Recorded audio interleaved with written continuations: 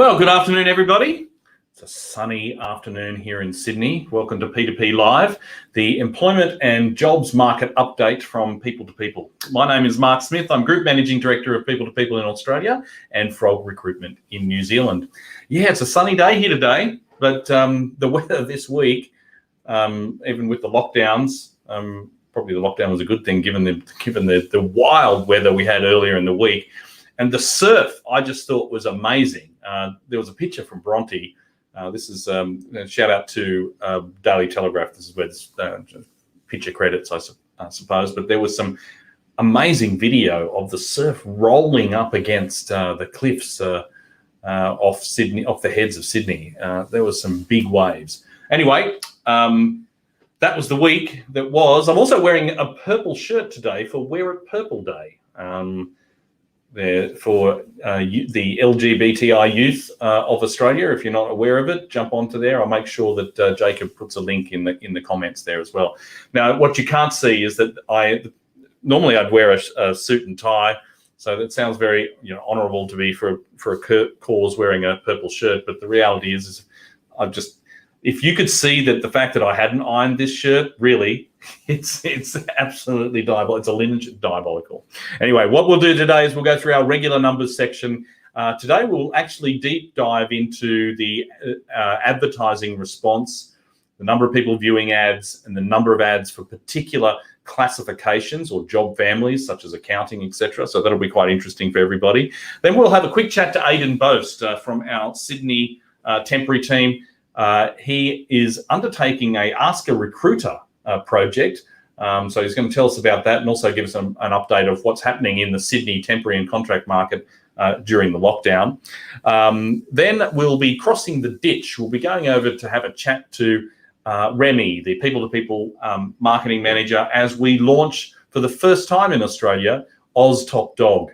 So he'll be telling us all about that later in the broadcast. And then finally, we'll talk about the Twitter poll that we normally run. And last week, that was quite controversial, got picked up by ABC Radio in Brisbane, and also lots of people commenting on it. So the results were very interesting. So I'll let you know what they are, and then let you know what this week's Twitter poll is as well. So let's get into it. Oh, by the way, I can see all of your comments. All of us here can see your comments. So on Facebook, LinkedIn, and YouTube, in real time. So if you have any questions for us, then please let us know straight away. Okay, let's get into it and jump into the numbers section. So numbers this week, what we've got is, thanks to Seek, a breakdown of the job families of, we'll start with accounting, where you can see the number of job ads over the last 12 months. So the green line is the job ads. The blue line is the number of people viewing those vacancies. And this is why it's extraordinary and why I wanted to share this with you this week. So for accounting in Australia, job ads are up 52% from the same time last year, but the number of people viewing those advertisements are down 1%. So that tells you the level of gap in the market in terms of the demand and versus supply. There's a lot of candidate hesitancy in the marketplace at the moment, as people are we're experiencing declined offers and people simply not applying for roles. So the number of applications that we're seeing. So we're having to use a multi-channel approach to actually find candidates for our clients. Let's have a look at the next one, which is admin. So this is admin and office support in Australia, and it is even worse. It's up 106%. I shouldn't say worse, because it's great in a way that there's so many vacancies and opportunities for people. But the number of job ads is only up, the number of job views is only up 6%, but it's still up, which is good. Let's have a look at the next one, which is customer service. And I thought I'd include this one because I know that Aidan, who we'll be chatting with later, has been doing a lot of work in this sector. Job ads up 95% year on year last year. The number of people viewing those vacancies down 4%. The last one I want to show you is legal, which we're strong in across Australia, and it is the same story. 106% up in the number of vacancies that or job ads that are being listed on Seek, but basically the same number of people viewing those ads. So just a slight increase of 2.56%. So there is a huge gap between the supply and the demand for labour and talent in Australia at the moment. And these numbers, thanks to Seek and Seek Analytics, definitely demonstrate that. Okay, righto. Let's move on then. What we're going to do now is we're going to cross to Aidan Boast, the senior consultant in our temporary and contract division here in Sydney. Before we do that, though, here's an example of Aidan answering some questions with his Ask a Recruiter project.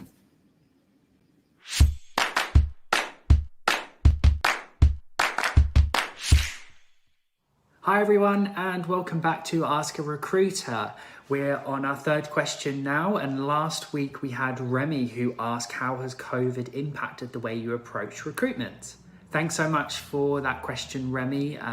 Please feel free to check out my last video where I answered that question. So this week I've had a question from one of my LinkedIn connections, Imtiaz, who has asked, if someone is reaching out to a recruiter either for a job inquiry about more details or about a job description, or to simply introduce themselves and build a relationship, how would you recommend them approaching the recruiter?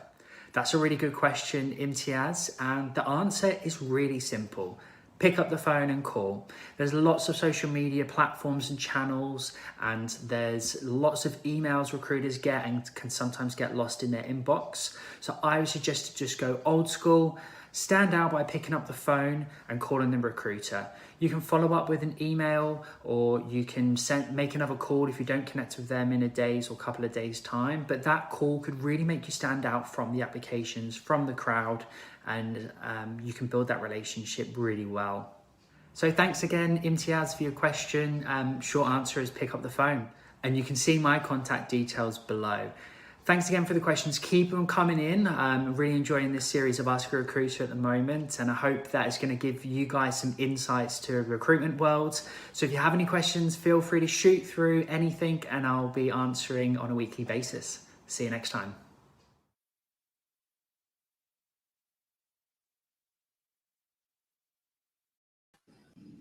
Very cool, Aidan. Thanks for joining us. No worries. Thanks for having me. Now, I noticed, first thing I'm going to say is that your video that you've done in answering these questions is in exactly the same place. So I can see behind you, the background is the same, yet there is a bunch of flowers missing. So was that for your fiance, or? It was, but it's funny. They actually, really strangely enough, I'm sure other people have had these weird moments, but when you have a background on Microsoft Teams, they kept popping up as a face, and it was very weird. That's a bit weird. I've taken them down. So tell us about this project. Actually, before you tell us about the project, how is the market in Sydney, like in temporary and contract specifically? Yeah, the market's really interesting at the moment, Mark. So essential businesses are really busy. They've obviously getting overflow of work, and we've been really busy in that space. But what I've recently noticed is that businesses who are not as essential, but they're still busy, are getting a lot more optimistic, and there's a lot of confidence right now. So I think it's because the vaccination rates are creeping up and getting higher. So there's a little bit of light at the end of the tunnel, and yeah, we are starting to see that increase in job flow, which is really encouraging to see. I did see, I think there was an announcement today about kids going back to school in late October, early November, and I think that's going to be a bit of a D-Day where not only will the essential services be busy, but other businesses come through. So I know that we'll be preparing for that, I suppose. So and so what about on the candidate side? So, you know, vaccination requirements and different suburbs and LGAs. How are you handling that? Yeah, I think with the changes obviously in place, that's going to be, again, another really important part of recruitment. So making sure that people are vaccinated. And luckily, especially all the temps we've had as well, have been really responsive to that. And they've, been on board. So I think there'll be a little bit of, I suppose, hesitancy from candidates if they don't, have questions around the vaccine or have questions around the work permits. But I think we've got, the right tools in place to kind of make sure that they're covered. So I think we'll be okay. I think it'll work itself Yeah, out. it is. It's new for everybody, isn't it? So for employers navigating the new landscape in terms of the health and safety obligations and vaccinations, the health regulations, the health orders that are coming through, and then from a candidate perspective as well, like what do they need to do to navigate this new market? So anyway, interesting times. But let's talk about your Ask a Recruiter project. What's that all about?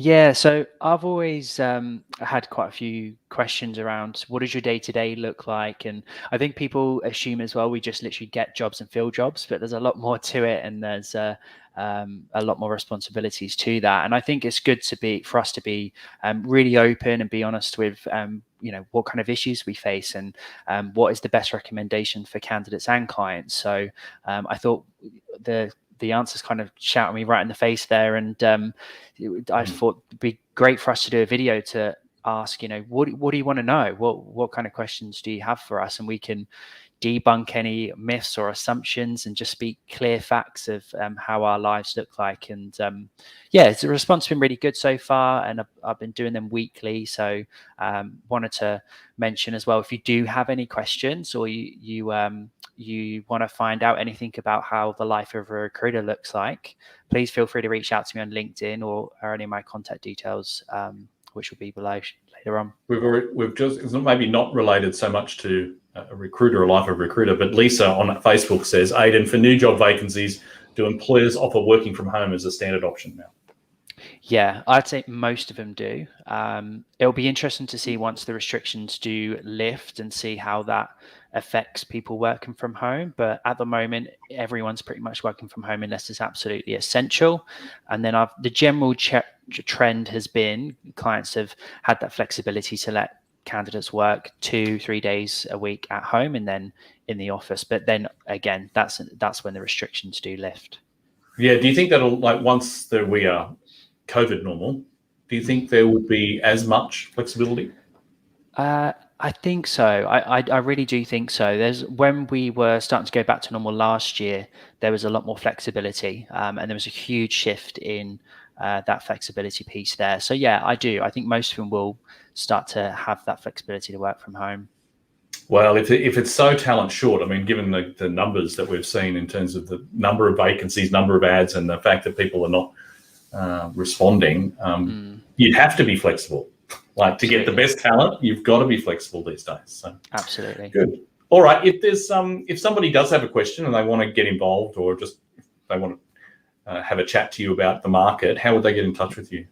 Well, I'm quite active on LinkedIn, so feel free to send a message on there. I've had quite a few messages through there, but my contact details are below as well. So you can email aidan@people2people.com.au, or you can call me on 028270 9705. Fantastic. All right. Thanks, Aidan. And good luck with the project, because I think it's pretty cool that people can ask any question and then you can respond. So don't be afraid, everybody. Hit him up with the difficult ones. Rightio. Thanks, Aidan. What we're going to do now is we're now going to go across the ditch to have a chat to Remy, the marketing manager for People2People and the People2People group. But before we do that, the reason I want to talk to Remy is because we're launching for the first time in Australia, Oz Top Dog. And to get us all ready for that, here's a video.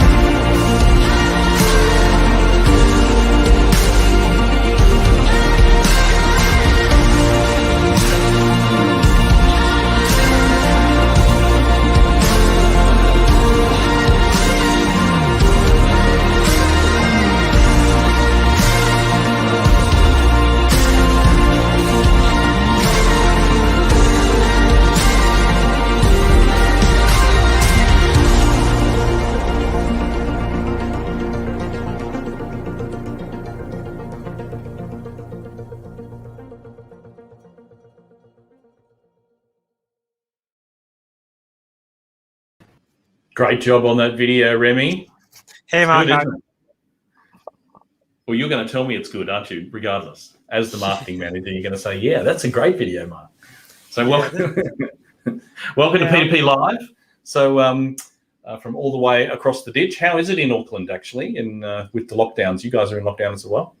Yeah, so well, I think we have had an announcement this afternoon, but as expected, Auckland is going to stay under level 4 until I think Wednesday next week at the very least.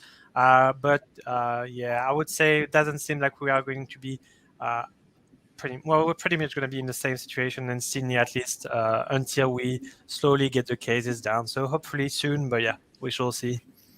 Yeah, exactly. All right. Well, good luck with that. I mean, we're in week 9, so yeah. So tell us about Oz Top Dog, because I mean, our sister company in New Zealand, Frog, has been running New Zealand Top Dog, NZ Top Dog, for the last 5 years, and we're bringing it to Australia this year. What is it? So it's all about celebrating dogs and their impact on our mental health. So I think especially in lockdown, so as you said, it's the 9th week of lockdown in Sydney and New South Wales. So it's actually been quite like the 2 last years have been quite tough for everyone. So it's a really good time to appreciate how much dogs can impact in a positive manner our lives, and just celebrate it by entering the competition. So we have 4 awards. So the first one and the main one is Top Office Dog, and given the current circumstances, we've opened it to Home Office Dog. So pretty much everyone, if you have a good boy or good girl helping you to go through the lockdown while working from home, do not hesitate to enter this competition, because it's really, really fun. It's all about looking at very cute pictures. We also have Top Dog with a Job. So if you think about working dogs, you can think about guide dogs, assistant dogs, therapy dogs, police dogs, etc. And police dogs, sorry, my French accent here.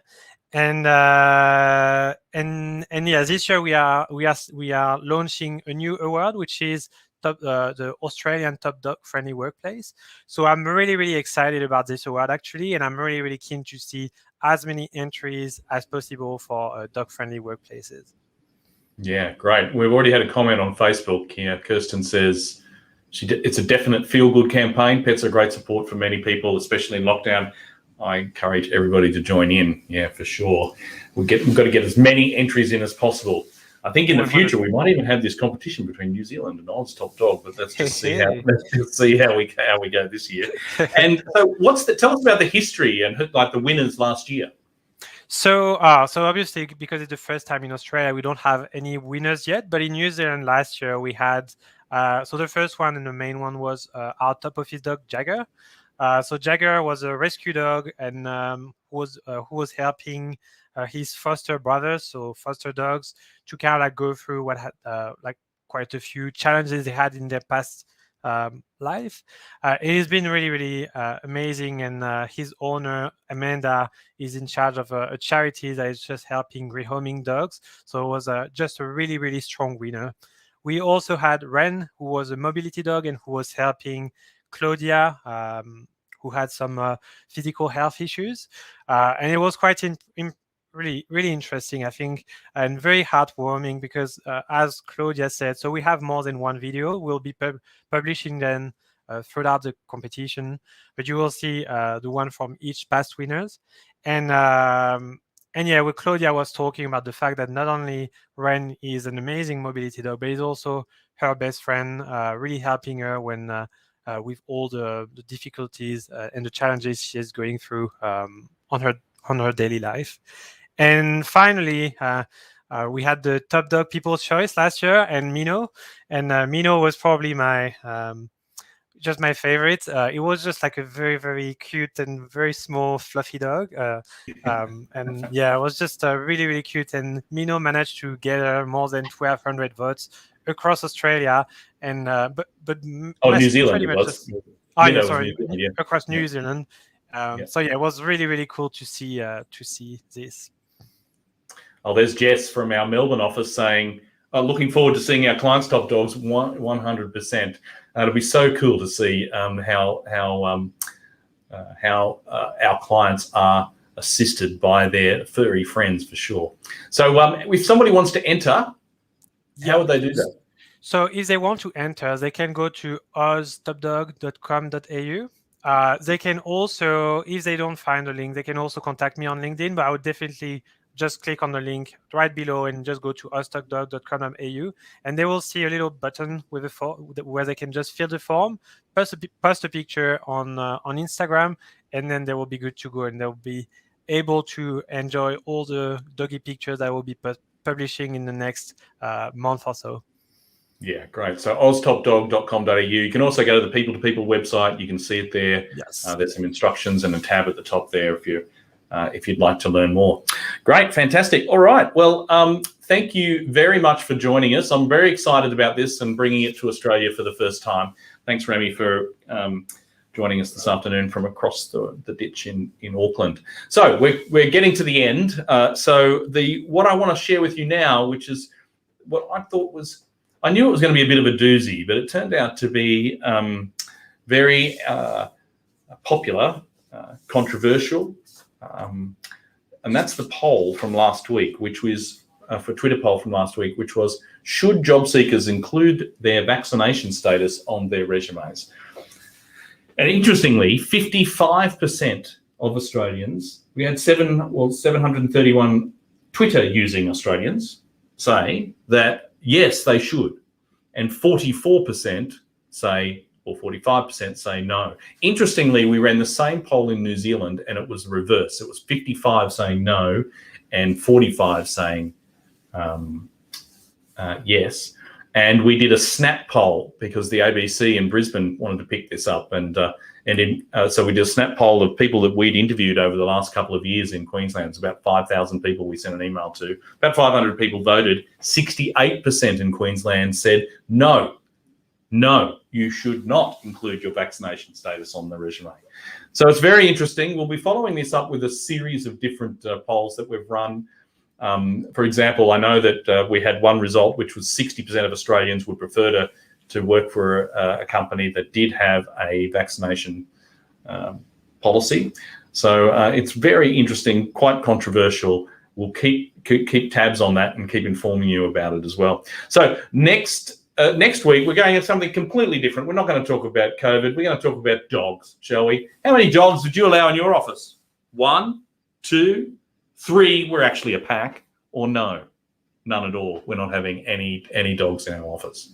So we'll see what the Twitterverse says next week about how many people should be in your office. Thank you very much for joining us again. We'll be back live on YouTube, Facebook, and LinkedIn with P2P Live, an employment market update next week at 12:30. We'll see you then.